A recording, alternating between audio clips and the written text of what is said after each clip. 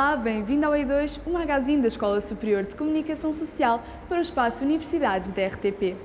O E2 preocupa-se contigo e traz-te conselhos úteis para o teu futuro. Hoje vais saber como poupar de uma forma inteligente e descontraída. Como sempre, trazemos-te atualidade, informação e talento. Fica atento ao programa que preparámos a pensar em ti. A Daniela Polónio esteve à conversa com o Rui Aires de Queiroz acerca do seu livro Grandes Vidas, Viva Melhor, Gastando Menos. O repórter E2 esteve presente em 2 eventos na Escola Superior de Comunicação Social. Assistiu cheio de inveja à sessão de mentoring promovida pela Associação de Antigos Alunos e ao lançamento do livro A Construção do Sistema Informativo em Portugal no século XX, do professor Joel da Silveira. E ainda te podes rir com a nossa mini-novela No Falos Curtos. Carolina, estou a precisar de uns conselhos para poupar. Então estás com sorte, Rita. Num livro Porque Sim desta semana, Daniela Polónio entrevista Rui Aires de Queiroz a propósito do seu livro Grandes Vidas, Viva Melhor, Gastando Menos. Olá, bem-vindos a mais um livro Porque Sim. Rui Aires de Queiroz é fundador da empresa Q21, especializada em estudos de mercado. Há quem diga que o Rui é forreta e talvez por isso tenha escrito o livro Grandes Vidas, um livro sobre poupança que nos ensina a viver melhor, gastando menos. Olá, Rui. Olá, tudo bom? Porquê um livro sobre poupança? É porque te chamam tio Patinhas e forreta e acharam que eras a pessoa ideal? Na realidade, sim. A história de como é que me chamaram foi, basicamente, foi uma editora que queria fazer um livro sobre poupança. Conhecia-me, um dos editores portanto, conhecia-me a mim, e convidou-me para escrever. Ele só sabia do meu passado poupador. Desde pequenino? Desde muito pequenino, quase desde bebê, não. Mas eu lembro-me quando tinha cerca de 5 anos, que tinha um mielheiro e que ia contar várias vezes por dia o dinheiro que tinha para ver se tinha crescido ou não. Não fazia sentido nenhum, mas tinha um mielheiro que contava o dinheiro. Estava a render no meu mielheiro. O livro chama-se Grandes Vidas, mas acabamos por saber que tu não gostas desta expressão. Porquê usá-la como título? Bom, eu usei essa expressão como título porque eu gosto um bocado de chocar e de fazer coisas um bocadinho diferentes. É uma expressão que envolve um bocadinho de inveja, ou seja, nós dizemos grandes vidas a outra pessoa quando estamos invejosos do que ela terá feito. Exatamente. E aqui e a mim muitas vezes me dizem grandes vidas, como se eu tivesse na realidade uma grande vida. Não tenho. Agora, consigo fazer muitas coisas basicamente low cost. Primeiro porque poupo bastante dinheiro, depois porque no que eu quero fazer eu vou ver as melhores oportunidades. Por exemplo, eu gosto muito de viajar. E para viajar, podemos viajar barato, médio, caro, etc. Normalmente, para os sítios onde eu vou, as únicas oportunidades que há são oportunidades caras. Posso dar um exemplo. Eu fiz uma viagem há uns anos atrás, que está no livro, que é Dubai, Jordânia, Síria, que eu pedi um orçamento a uma empresa, que eu não vou dizer o nome, mas de viagens espetaculares, e que me fizeram mais de 3.500 euros do orçamento. Eu fui, com mais amigos, foi 1.200 euros. É certo que no Dubai tínhamos uma casa de uma amiga nossa que vivia lá, mas pronto, no Dubai tivemos também 4 ou 5 dias, mas portanto foram 1.200, 18 dias. 1.200 é dinheiro, mas para a viagem que foi acaba por não ser assim muito dinheiro. Por isso é que eu consigo ver oportunidades, avaliar bem as oportunidades, ver onde é que eu consigo poupar e fazer o que eu quero fazer o mais barato possível. Falos curtos. Falos curtos. Nos episódios anteriores.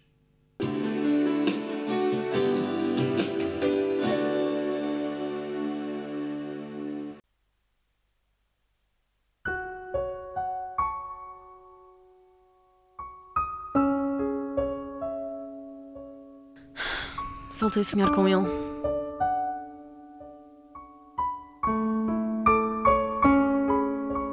Mas eu não percebo.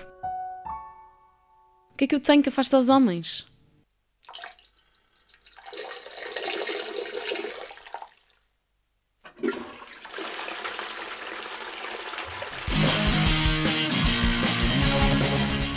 Tu tens uma cultura muito própria de poupança, não é? Afinal, poupar para quê e porquê? Bom, eu vou discordar do que tu disseste. Tem a ver com a liberdade. Sim, mas eu não considero que seja muito própria. Ou seja, quando tu dizes muito própria, é muito única, vá lá. Sim. E eu não considero que seja única, sabes? Eu considero que seja uma cultura racional. Ou seja, que é olhar para o meio ambiente que nós temos, para todas as coisas onde podemos, de facto, gastar o dinheiro, para olhar analisando a nossa vida também e escolhendo a melhor forma de gastar o nosso dinheiro. É muito difícil hoje em dia gastarmos o dinheiro de forma racional. Eu acho que é muito difícil, mesmo eu tenho dificuldade. Porquê? Somos bombardeados por milhões de estímulos externos. Constantemente. A publicidade na televisão, o carro, a roupa, o supermercado, pronto, tudo. Então é difícil resistir. E o que eu procuro fazer, o que eu sempre procurei fazer na minha vida foi resistir a isso. E eu acho que sempre o consegui fazer. Este livro acaba por ser algumas dicas para todas as pessoas o conseguirem fazer. Depois de poupar, gastar em quê? Sem ser nas viagens, é naquilo que as pessoas gostam? Exato, isso para mim é fundamental. Eu gosto de viajar. A regra é essa? A regra é essa. Eu gosto de viajar. Posso dizer do que é que eu gosto. Eu gosto de viajar, gosto de fazer festas com amigos, gosto de estar com amigos, gosto de coisas sociais. Não dou valor a carros, não dou valor a roupa, não dou valor a uma data de coisas. Portanto, materiais. Não faz sentido eu gastar dinheiro naquilo que eu não dou valor. Não é uma coisa que eu de facto queira, então vou guardar o meu dinheiro para outras coisas, exatamente. Para aquilo que eu gosto. E isso é o mais importante, é as pessoas focarem-se naquilo que de facto elas gostam e naquilo que elas querem fazer. Mas nós devemos avaliar a qualquer momento aquilo que nós queremos fazer e tentar racionalizar essa decisão de consumo, para termos o end in mind, ou seja, nós temos que ter sempre o fim em mente. Eu vou poupar estes 10 euros nesta peça de roupa, não sei se há uma destas meias que são espetaculares, vamos supor, vou poupar estes 10 euros porque eu quero fazer aquela viagem e para isso estes 10 euros vão ser muito importantes. Por acaso não sei se falo no livro disso, mas há uma coisa que eu faço sempre, que é, eu guardo todo o dinheiro que eu vejo na rua. Nem que seja 1 cêntimo, eu pego nela e guardo no meu bolso. Muito junto de alguma coisa. E às vezes já deu jeito porque faltava 1 cêntimo para pagar, seja o que for. Mas pronto, ou seja, nós devemos sempre ter no final em mente. Pensar a longo prazo também. Sim. Já temos estado a falar aqui da poupança e do porquê de poupar, mas se eu te pedisse para me dar 2 ou 3 regras básicas de poupança, quais é que escolhias? Falas, por exemplo, ir às compras com os filhos, não é? Ao contrário de muita gente que defende que não se deve levar os filhos às compras, sim. Tu dizes que devemos levar as crianças às compras. Eu acho que sim. Porquê? Eu não tenho filhos. Como digo no livro, não os possuo. Eu acho que devem ir, porque eu acho que a cultura de poupança começa desde pequenino. Ou seja, qual é o problema que todos os especialistas, eu não sou especialista em poupança, mas todos os especialistas em poupança aconselham que não se leve os filhos. Porquê? Porque os filhos ficam... Quer isto, quer aquilo, quer o outro. E eu acho que nós devemos aproveitar essa energia que os filhos, que as crianças têm, para fazer algo que seja de facto útil para a educação deles. Como, por exemplo, damos um orçamento para eles. No supermercado eles têm, vamos supor, 10 euros ou 5 euros e podem comprar coisas até gomas ou reboçados, chocolates, brinquedos, até esse limite. E eles assim começam a ter noções de poupança e acho que é uma forma muito boa para os pais educarem os filhos. Amigos e colegas do investigador e docente da Escola Superior de Comunicação Social Joel da Silveira juntaram-se para realizar o lançamento da sua obra póstuma, A Construção do Sistema Informativo em Portugal no século XX. Amigos e colegas do falecido Joel da Silveira, antigo docente na Escola Superior de Comunicação Social, juntaram-se no dia 6 de dezembro para inaugurar o Fundo Joel da Silveira. Também se realizou o lançamento do seu livro, A Construção do Sistema Informativo em Portugal no século XX, o Sistema Média Português e a Transição do Autoritarismo para a Democracia. Queria também deixar o registro da minha gratidão pela oportunidade que apesar de que esta ocasião me propicia, de revisitar convosco o caminho percorrido pelos média, desde o Estado Novo, caminho esse que é profundamente tributário da sua envolvência política, económica, social, etc., como tão exemplarmente a tese do Joel da Silveira o documenta. Esta obra é o trabalho de uma vida que reflete 2 paixões. Por um lado, a ação, alicerçada numa velha convicção de que a partir dos média se pode influenciar socialmente, se pode transformar a sociedade, se pode incidir sobre a política e os políticos e, por outro, a sua paixão por Portugal. Professor António Belo, acha os média capazes de articular respostas contra poder, tal como o amigo Joel afirmava? é difícil de responder e, sobretudo, de responder a esta questão numa sessão de lançamento do livro do Joel, em que qualquer coisa que se diga fica sempre aquém do trabalho que o Joel desenvolveu ao nível da investigação sobre os média, e no caso particular deste livro, com a inventação, fazendo a história um bocado tudo aquilo do sistema informativo, desde o Estado Novo até aos dias de hoje. Não me sinto minimamente habilitado hoje para falar sobre os média. Acho que aquilo que eu convido é a lerem o livro e a tirarem as conclusões por si. Joel da Silveira foi docente na ESCS e esteve ligado a várias iniciativas e projetos na área das ciências da comunicação social e dos média. Doutora Teresa Ribeiro, que mudanças mudanças estruturais pensa que podem ocorrer ainda que lentas, tendo em conta o contexto sociocultural e económico em que nos encontramos? Imensas. Eu acho que algumas delas serão, e isso acho que é uma boa pista do livro do Joel, é de facto que apontar para que os médias são um setor tributário de toda a comunidade em que estão inseridos. Isso é de facto um aspecto muito importante. E nessa medida, nós estamos hoje a viver um ajustamento de paradigma brutal. E isso vai, obviamente, ter reflexos ao nível dos média. Já tem. A questão da globalização, e que foi agora abordada pelo professor Timóteo, é uma questão fundamental. Como alguém disse, essa compressão máxima do espaço e do tempo vai ter um impacto muito grande em toda a nossa vida, como nós, aliás, estamos a assistir, em todas as tais dimensões que são próprias dos ambientes em que vivemos, e, por essa razão, vão influenciar profundamente, e já estão a influenciar profundamente, todo o setor dos média.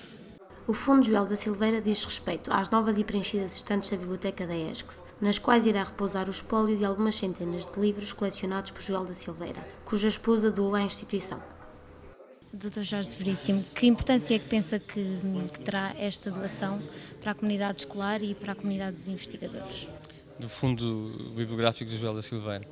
É muito importante porque, de facto, o professor Joel fez, ao longo dos anos, uma coleção que eu desconheço que alguém tenha feito, e que haja bibliotecas que tenham a compilação de livros que ele tem, porque estamos a falar de livros não só nacionais, mas livros internacionais, livros estrangeiros, porque ele fazia muitas viagens e nessas viagens vinha sempre com livros. Portanto, nós temos aqui um conjunto de bibliográfico, se eu não estou em erro, de cerca de 3.000 e tal volumes, de obras fundamentais, obras fundadoras e outras menos conhecidas, mas que estarão cá, que são importantes para os nossos alunos de licenciatura e de mestrado, para os nossos docentes e para investigadores de outras instituições que queiram pegar e de alguma forma também recorrer a este fundo bibliográfico. Aos oradores coube a missão de comentar a obra, relembrar Joel da Silveira e refletir sobre o contexto atual da sociedade, partindo também das pragmáticas do livro e da vida do autor.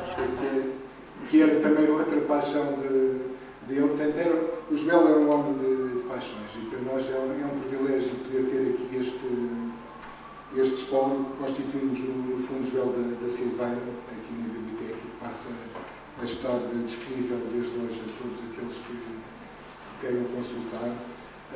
Queria agradecer sobretudo à Guida por esta disponibilidade de ceder à escola todo o espólio do Joel na área da comunicação. Falas curtos, falas curtos.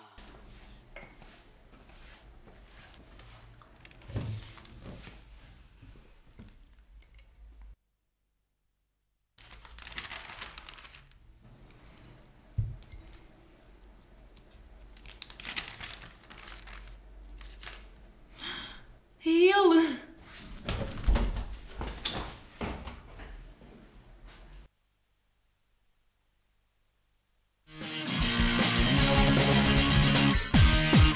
Tens algum episódio engraçado destas viagens e poupança para nos contar? Viagens, tenho bastantes.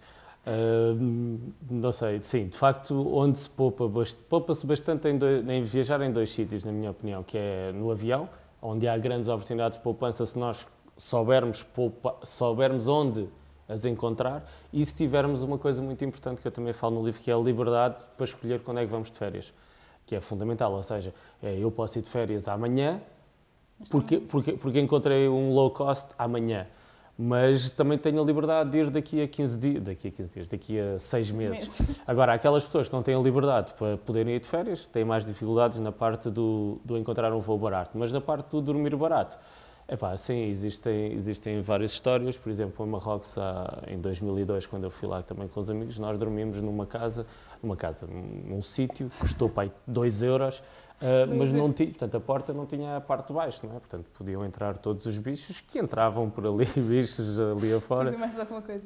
Nós já sabemos que tu poupas desde pequenino, mas todos os conselhos que tu dás, tu segues ou é mais façam o que eu digo e não façam o que eu faço?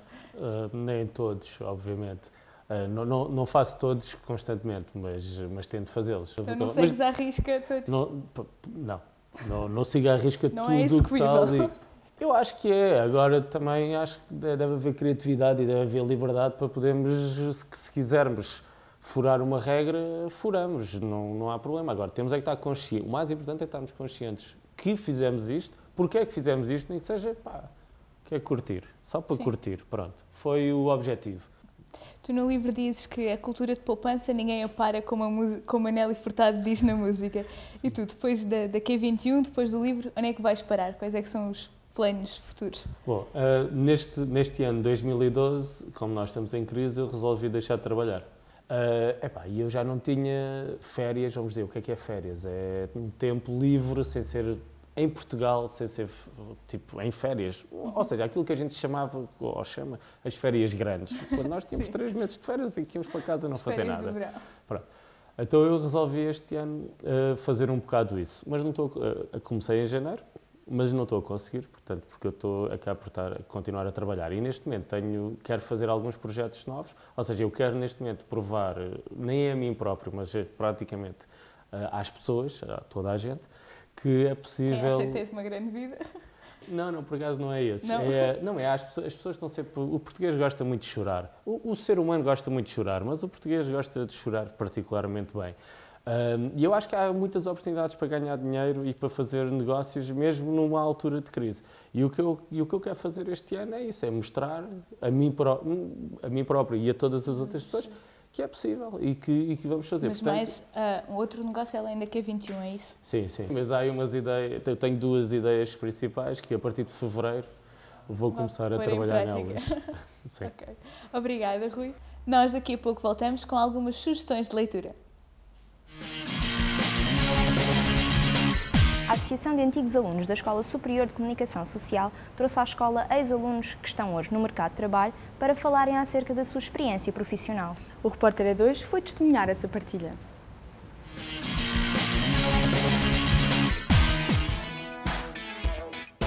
António Corte Real, Mariano Magalhães, Ana Castanho e João Rocha são alguns ex-alunos da Escola Superior de Comunicação Social que regressaram no dia 23 de novembro para uma sessão de mentoring destinada aos alunos interessados em publicidade e marketing.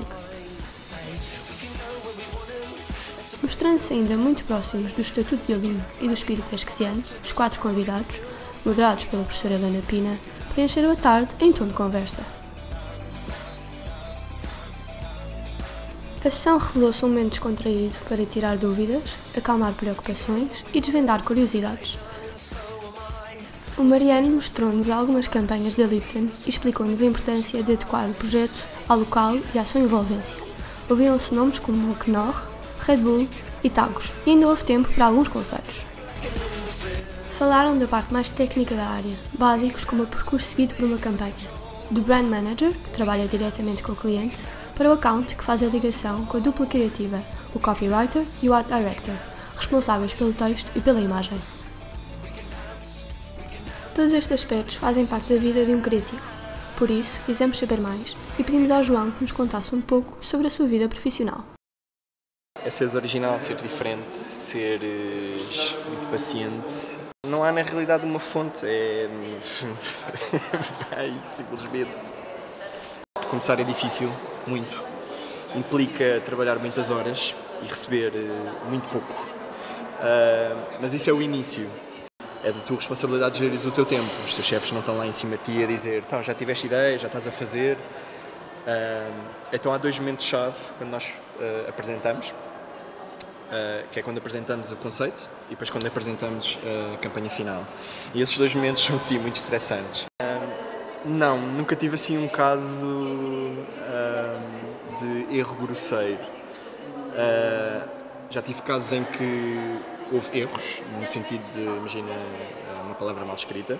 Isso já aconteceu, isso é muito complicado, porque na realidade é a agência que arca com as culpas e com os custos. Um pesadelo de um criativo é um cliente que já sabe o que é que quer. Os trabalhos que eu mais gosto são quando os clientes são mais abertos e dão-me mais oportunidades de fazer coisas. Clientes como a Mini, que é da minha agência, sim, esse provavelmente é o cliente que eu mais gosto de trabalhar. Tens de ter bons conhecimentos, tens de ter bom gosto, tens que ter um estilo fixe, tens que ser um gajo porreiro. Eu sou um gajo porreiro.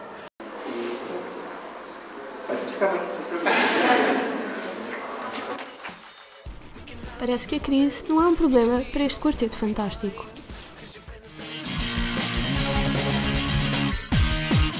Como é habitual, vamos ter 3 sugestões de leitura. Eu pedi-te 3 livros para nos sugerir, mas sei que os livros não vieram em formato físico devido à cultura de poupança, não é? Mais ou menos, mas sim, mas na realidade os 3 livros que eu escolhi foram livros que eu os li emprestados de alguém, porque é preciso contextualizar aqui só um pormenor. Eu não gosto de ler. Embora tenha escrito um livro... eu não disse isso, mas é verdade. Pronto, eu não tenho especial prazer em ler. Então quase todos os livros que eu li na minha vida foram livros que me aconselharam a dizer Rui, tu vais gostar deste, tu vais gostar deste. E de facto os 3 que eu escolhi foram 3 livros que alguém me sugeriu e que eu li, que gostei bastante. O primeiro livro que eu escolhi é de um autor chamado Bill Bryson. Chama-se A Pequena História sobre Tudo, mas escreveu este livro sobre tudo, basicamente, em que faz perguntas e que dá as respostas. Perguntas científicas, como, por exemplo, quanto é que mede a Terra? Então ele faz a pergunta, quanto é que mede a Terra? E na resposta, são várias páginas, em que ele começa, o primeiro senhor que tentou descobrir o tamanho da Terra. Então escreve de uma forma espetacular, na minha opinião, as respostas a cada uma das perguntas. E que foi um livro que eu gostei bastante e que eu li, acho que num dia. Porque quando eu gosto... Lá está, eu não gosto de ler.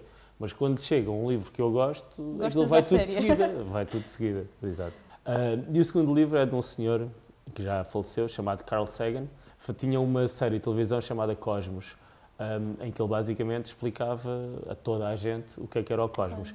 E eu gostei especialmente do Bilhões e Bilhões, porque nos mostra, a nós, seres humanos, o quão pequeno e insignificantes nós somos. E pronto, ele fala sobre o universo, o quão enorme é o universo, etc, etc. É um livro, eu gostei bastante, em especial desse livro. O terceiro livro que eu escolhi é um livro da minha área, portanto, de gestão, de um senhor chamado Stephen Covey, que é um especialista, é um guru da gestão, digamos assim, e que é um livro, o livro chama Seven Habits of Highly Effective People, e que basicamente o que este senhor fez foi, com toda a experiência de trabalho que ele tem, analisou e sistematizou 7 hábitos muito simples que fazem com que cada um de nós possamos ser melhores pessoas. Obviamente que, do ponto de vista americano, ou seja, o que é o ponto de vista americano? Altamente competitivo, é focado de uma forma americana para o trabalho. E escolhi este livro porque o último capítulo do meu livro chama-se Afiar a Serra, que é basicamente o capítulo 7, é o hábito número 7 do Stephen Covey, desse livro, que é basicamente estarmos sempre em melhorar o processo, todos os processos, ou seja, não podemos estagnar. Ok, fizemos isto bem, agora vamos ali beber uma cervejinha. Podemos ir beber a cervejinha, mas a seguir temos que continuar e fazer e estar sempre a afiar a serra, ou afiar o lápis, ou seja o que for. Exatamente. Obrigada, Rui. Boas poupanças. Muito obrigado e espero que tenha-te ajudado a poupares e todas as pessoas. Seguir algumas dicas lá com os conselhos. O Rui hoje deixou-nos com algumas dicas sobre poupança. Quanto a nós, voltamos para a semana com mais um livro, porque sim, até lá, boas leituras. Por hoje é tudo. O E2 volta para a semana com mais sugestões e novidades. Lembra-te, no poupar é que está o ganho. Contamos contigo. Até lá.